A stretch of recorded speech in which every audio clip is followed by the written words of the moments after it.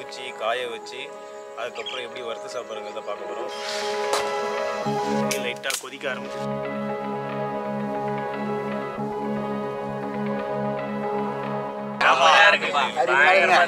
ஆஹா இது வந்து எங்களோட ஸ்நாக்.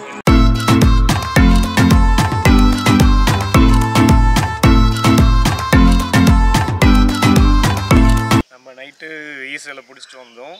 எல்லாரும் தூங்கிட்டு இப்போ தான் எந்திரிச்சு வந்து அதை வந்து செய்யலாம், அதாவது அவிச்சிட்டு காய வச்சுட்டு நம்ம செய்யலாம்னு சொல்லி இது பண்ணோம். இப்போ எடுத்துகிட்டு வந்திருக்கோம். எடுத்துகிட்டு வந்து இப்போ க்ளீன் பண்ண போகிறோம். ஃபஸ்ட்டு க்ளீன் பண்ணிவிட்டு அதுக்கப்புறமா எப்படி அவிக்கிறோம் அப்படிங்கிறத உங்களுக்கு காமிக்கிறோம். அதை பார்க்கலாம்.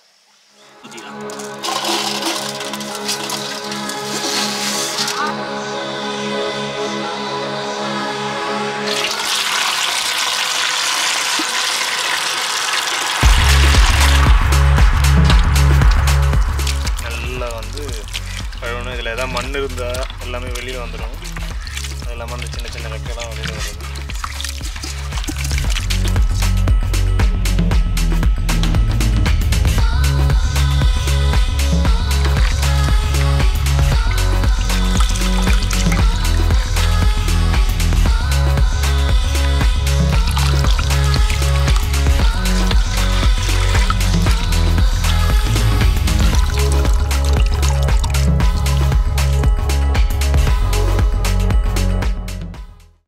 ஈசலை நல்லா அழைச்சி எடுத்துட்டோம். அடுத்து வந்து அடுப்பை பற்ற வச்சுட்டு இதை அவிக்க வேண்டியதான்.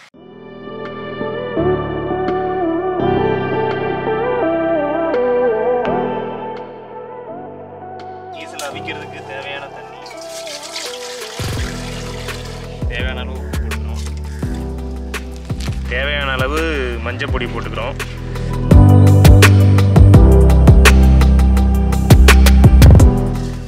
தண்ணி லைட்டாக கொதிக்க ஆரம்பிச்சிச்சு. நம்ம ஈஸில் போட வேண்டியது.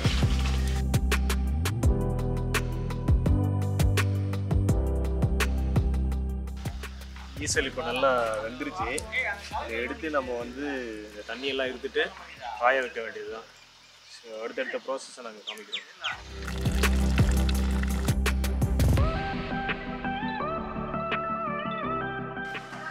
ஈஸியை நல்லா அவிச்சிட்டப்போ அதை காய வைக்க போகிறோம்.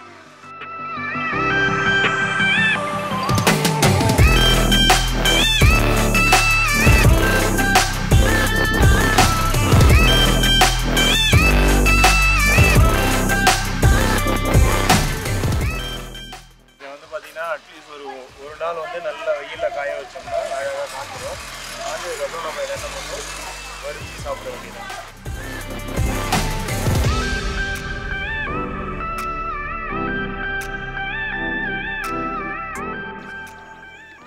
ஹாய் ஃப்ரெண்ட்ஸ், எப்படி ஈஸை பிடிச்சி அவிச்சு காய வைக்கிறதுன்ற பார்த்தோம். இன்றைக்கி எப்படி வறுத்து சாப்பிட்றதுங்கிறத பார்க்க போகிறோம்.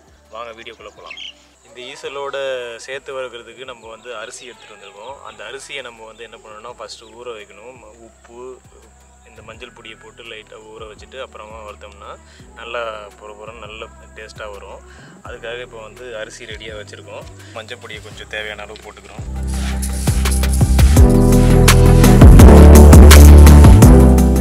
தேவையான அளவு உப்பு போட்டுக்கேன்.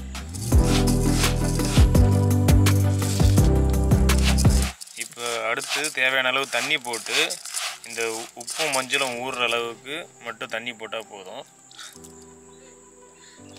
தண்ணி போட்டுட்டு இந்த மாதிரி நம்ம வந்து மிக்ஸ் பண்ணி அப்படியே ஒரு 10 to 15 மினிட்ஸ் வச்சோம்னா இந்த உப்பும் மஞ்சளும் நல்லா ஊறிடும். அப்புறம் வறுத்தோம்னா நமக்கு வந்து நல்லா ஒரு பொரிஞ்சு வரும்.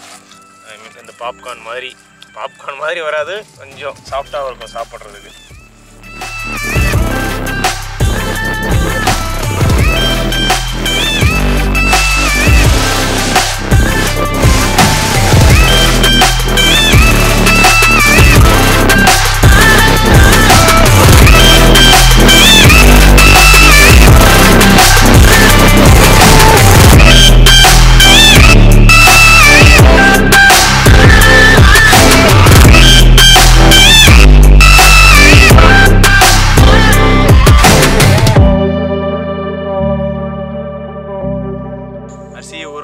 இப்போ நம்ம அந்த அரிசி ஊறுற கேப்பில் நம்ம என்ன பண்ணலாம்னா அந்த ஈசலை வந்து வறுத்து வச்சுக்கலாம். அதுக்கு ரெடியாக நம்ம அடுப்பு மூட்டி பற்ற வச்சு ரெடியாக இருக்குது. ஈசலை கொட்டிக்கிறேன்.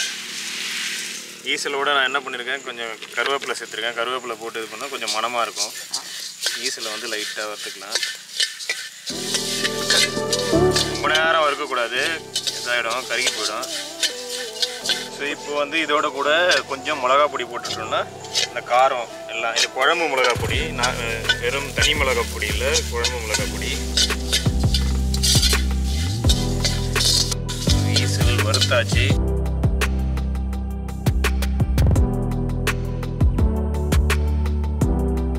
ஈசலை வறுத்து எடுத்து வச்சுக்கணும். இப்போ நம்ம வந்து அரிசியை வறுக்க போகிறோம். அரிசி நல்லா ஊறிடுச்சு, மஞ்சளும் உப்பு போட்டு.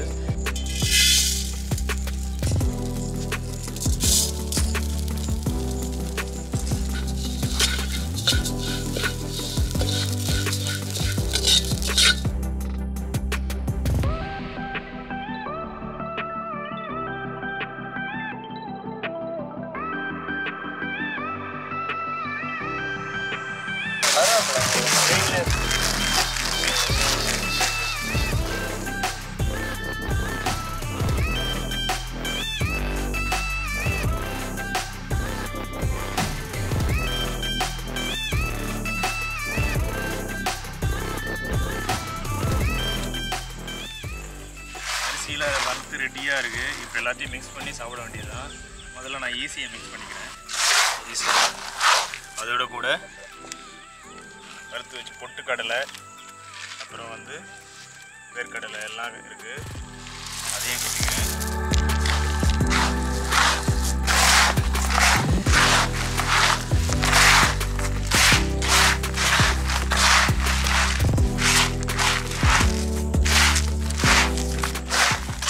வறுத்து மிக்ஸ் பண்ணி எல்லாம் ரெடியாக இருக்குது. சாப்பிட்டு பார்த்துட்டு எல்லோரும் அவங்களுக்கு ரிவ்யூ சொல்லுவாங்க.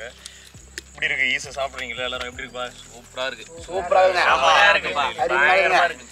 ஆஹா. ஸோ இது வந்து எங்களோட ஸ்நாக். இந்த இது பார்த்தீங்கன்னா இந்த மழை நாட்களில் வந்து எங்களுக்கு இது ஒரு முக்கியமான ஸ்நாக்கு. எல்லோரும் விரும்பி சாப்பிடுவோம். குழந்தைங்கள்லேருந்து பெரியவங்க வரைக்கும் எல்லாருமே விரும்பி சாப்பிடுவோம். எங்கள் வட்டாரத்தில் இல்லை, தமிழ்நாட்டிலே எனக்கு தெரிஞ்சு நிறைய பேர் வந்து இதை விரும்பி சாப்பிடுவாங்க. ஈசலை சென்னையெல்லாம் பார்த்தீங்கன்னா விலை கொடுத்து வாங்கி சாப்பிடுவாங்க இந்த ஈசலை. இந்த வீடியோ உங்களுக்கு பிடிச்சிருந்ததுன்னா லைக் பண்ணுங்கள், ஷேர் பண்ணுங்கள், சப்ஸ்கிரைப் பண்ணுங்கள், மறக்காம பெல் பட்டனை பிரஸ் பண்ணுங்கள்.